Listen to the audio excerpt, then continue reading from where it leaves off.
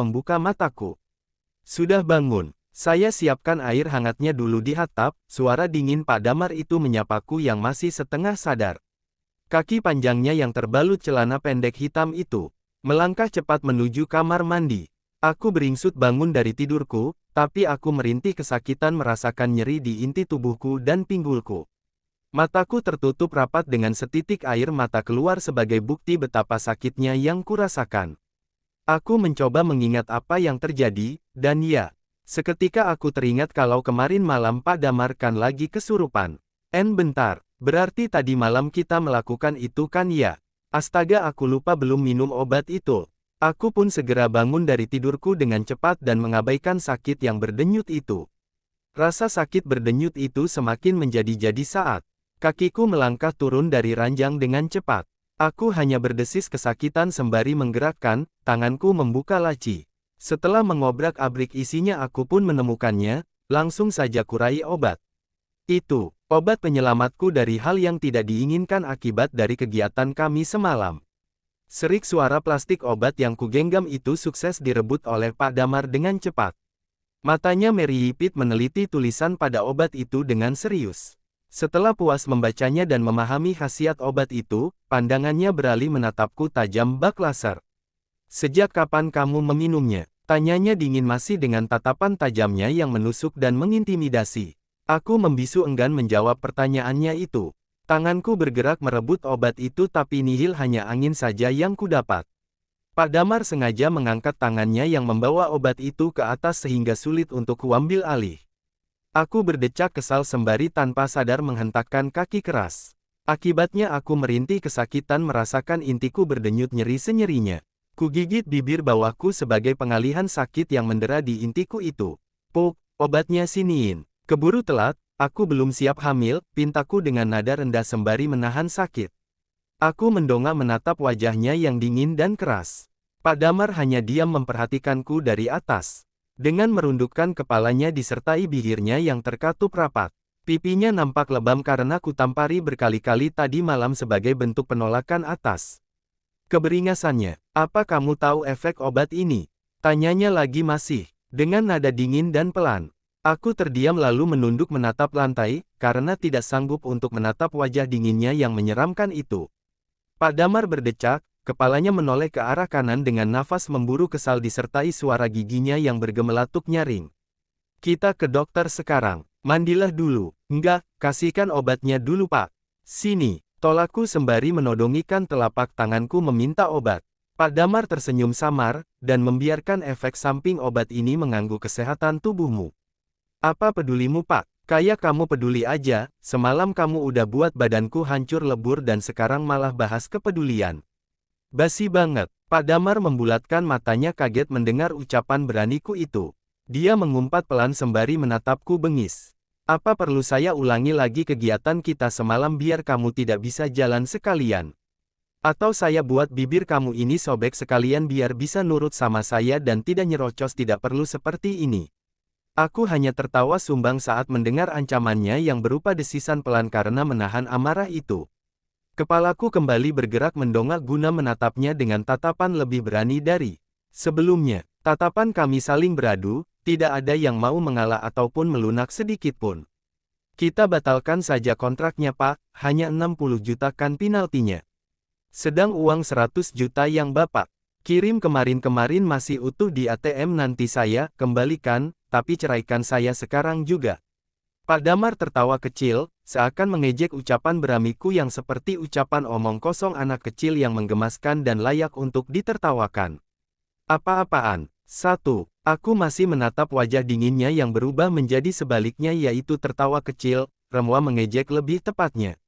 "Kamu pikir kamu bisa lepas dari saya semudah itu Sekar? Seharusnya sebelum berbuat sejauh ini kamu berpikir matang terlebih dahulu. Bukan hanya asal melangkah dan merugikan diri kamu sendiri seperti ini. Di kontrak sudah jelas tertera kalau aku hanya perlu membayar kelipatan 30 juta itu.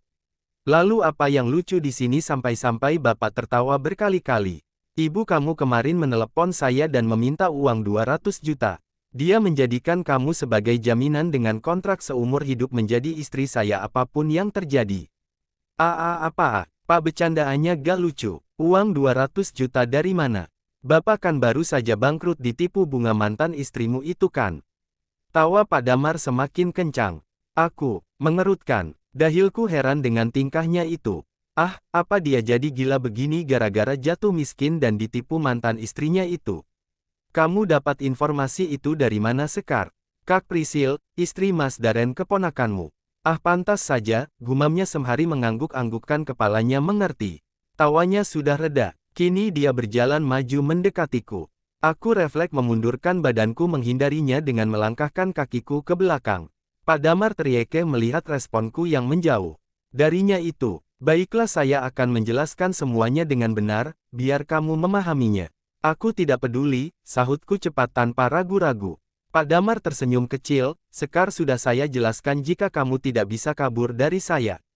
Ibumu sudah menjualmu ke saya. Aku bukan barang, jadi tidak untuk diperjualbelikan. Kamu memang bukan barang, tapi kamu adalah istri saya dengan kontrak seumur hidup kamu. Apa Bapak begitu terobsesi denganku?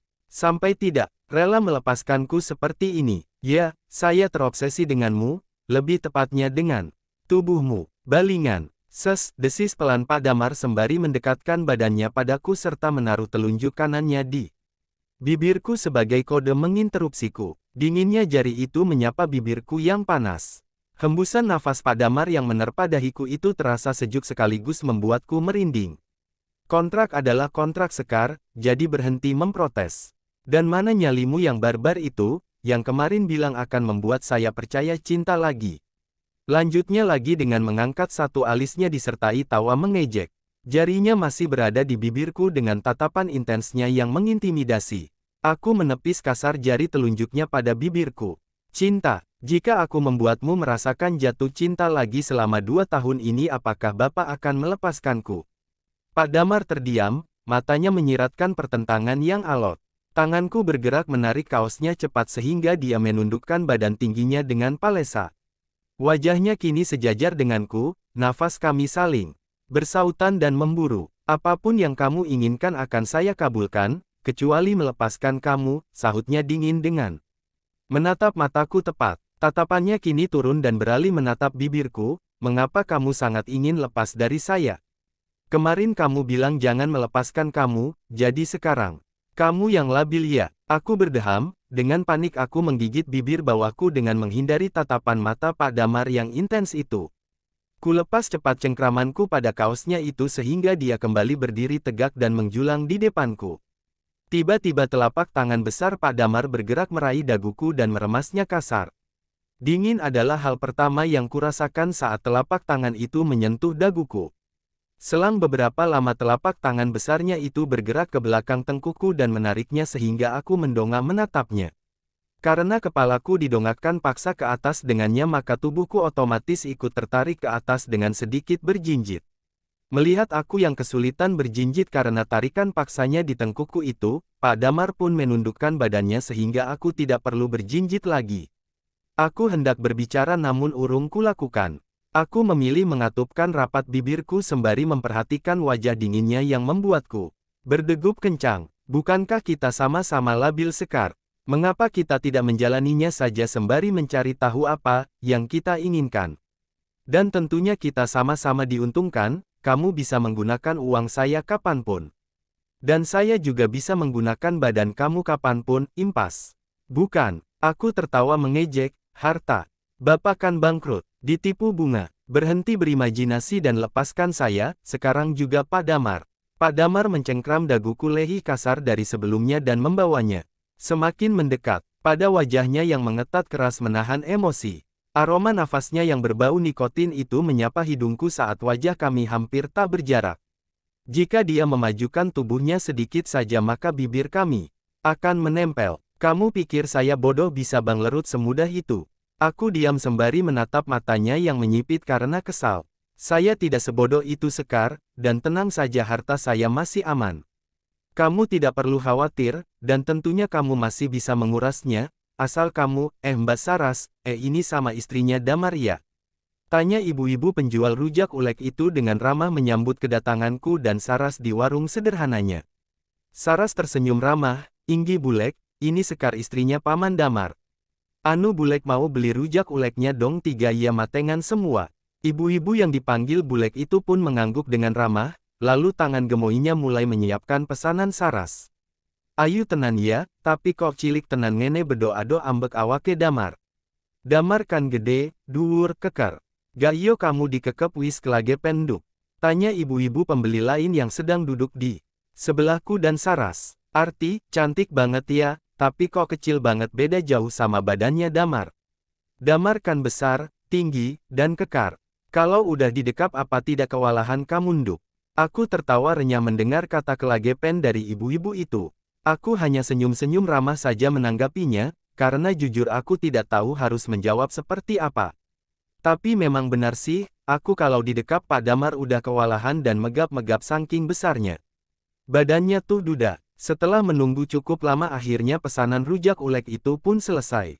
Aku dan Saras memutuskan untuk jalan-jalan dulu di sekitar pasar mengingat bahwa jarak pasar ini dengan rumah ibu Pak Damar itu sangat jauh. Jadi pumpung di sini aku puas-puasin deh jalan-jalannya. Kamu mau sampai kapan di sini, Ras? Bukannya kamu masih kerja di kantor itu? Saras yang berjalan di sebelah liku itu menolehkan kepalanya. Nanti sore kayaknya balik, mama papa udah rewel minta aku balik. Kamu gak papa tak tinggal? Aku tertawa, ya gak papa emang kenapa? Kalian kan abis bertengkar, gak tenang aku harus ninggalin kalian. Kamu dengar? Ya dengar, kamu lupa kalau rumah nenekku ini tidak kedap suara. Aku menghela nafas berat, maaf kamu jadi terbebani Ras, udah gak papa kamu halik aja ke rumah. Aku aman tidak akan terjadi apa-apa. Saras memberhentikan langkahnya, aku pun ikut berhenti. Paman Damar akan menetap di sini selamanya. Kamu siap hidup di pedesaan antah berantah ini Sekar? Kamu yang biasanya suka ngopi, ngemal, dan metime di keramaian apa akan betah di sini? Hah, maksud kamu menetap? Paman Damar belum cerita ke kamu. Dia menetap di sini selamanya Sekar. Dia memilih hidup dengan lembaran baru demi kamu. Demi aku. Hahaha, aku aja dianggap barang sama dia karena ibuku minta uang ratusan juta ke dia sebagai barter. Kalau itu aku tahu ibumu memang gila. Tapi alasan dia menetap di sini bukan itu, dia membuat kesepakatan dengan suaminya Bunga. Dan dia memilih jalan ini demi menyelamatkan kamu. Maksud kamu Ras? Aku tidak tahu pasti apa, hanya itu info yang kudapat dari Kak Prisil. Mas Daren tidak mau membuka lebih jauh rahasia itu, jadi Kak Prisil hanya bisa memberikan informasi itu. Aku menghela nafas berat. Apa yang disembunyikan oleh Pak Damar? Bapak dari mana jam segini baru pulang? Aku takut tahu sendirian di rumah sebesar ini. Dumelku kesal sembari menatapnya jengkel. Aku yang sedang duduk di sofa itu hanya memperhatikan gerak-geriknya dalam diam. Pak Damar masih diam enggan menyahuti dumelanku. Dia bergerak menutup pintu utama rumah ini, lalu duduk di sofa sebelahku. Punggungnya dihempaskannya dengan kasar pada sandaran sofa sehingga memantul sedikit. Aku menoleh, menatap wajah letihnya, tapi entah mengapa dia tetap terlihat tampan meskipun kelihatan lusuh karena dari siang tadi sampai malam ini belum mandi. Saya habis dari sawah terus ke rumah Pak Amir.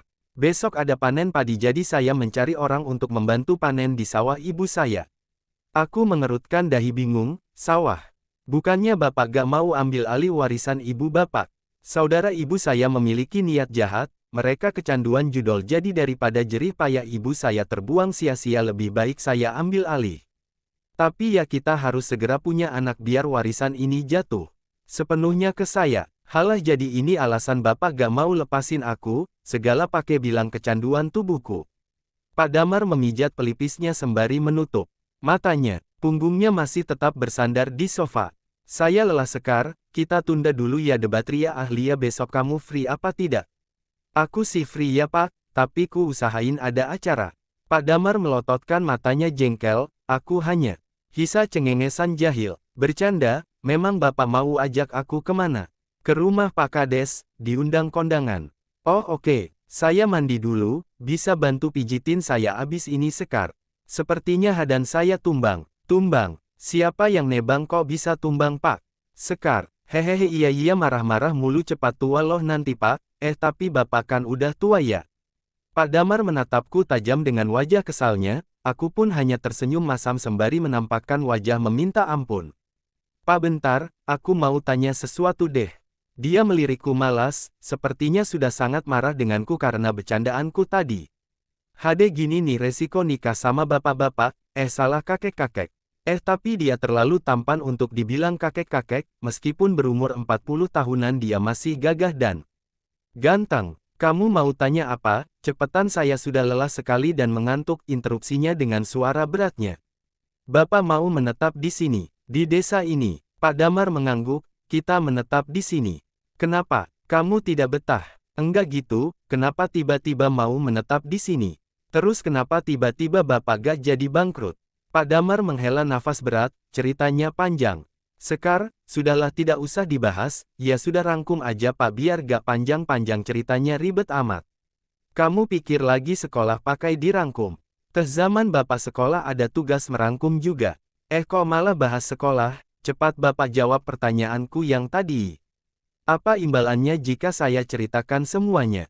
Idi mulai matre dia, gumamku kesal. Ya sudah lupakan kalau begitu, tukas Pak Damar cepat sembari beranjak dari duduknya di sofa.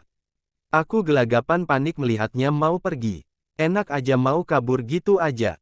Jiwa kepoku ini tidak bisa dibiarkan begitu saja ya. Aku pun mencekal lengannya dengan cepat, sehingga Pak Damar merunduk menatapku yang sedang duduk di sofa. Bapak minta imbalan apa? Kalau uang aku gak ada. Ya Pak, ada uang 100 juta aja, itu pun jatah uang dari kamu kemarin-kemarin itu. Saya tidak mau uang Sekar, uang saya sudah banyak. Bejir tengil banget bapak-bapak ini. Tapi gak apa-apa, tengil yang bisa diterima, karena dia emang kaya raya. Terus Pak Damar mau apa? Tubuh kamu. Aku melotot horor, apa? Bapak mau tubuhku? Buat apa? Dijual gitu organnya? Jangan deh Pak, soalnya nanti banyak ruginya, hati udah terluka parah karena sering tersakiti. Otak apalagi, udah rusak berat karena sering overthinking. Jangan deh Pak. Pak Damar berdecak kesal mendengar rentetan ucapanku yang panjang kayak kereta itu. Sudahlah, capek saya, desisnya kesal sembari hendak beranjak lagi. Segera saja kutarik lengannya lagi saat dia hendak beranjak. Apa sih Pak Pundung terus kayak tutler aja? Lagian kamu lemot sekali, gitu kemarin bilang saya tulalit.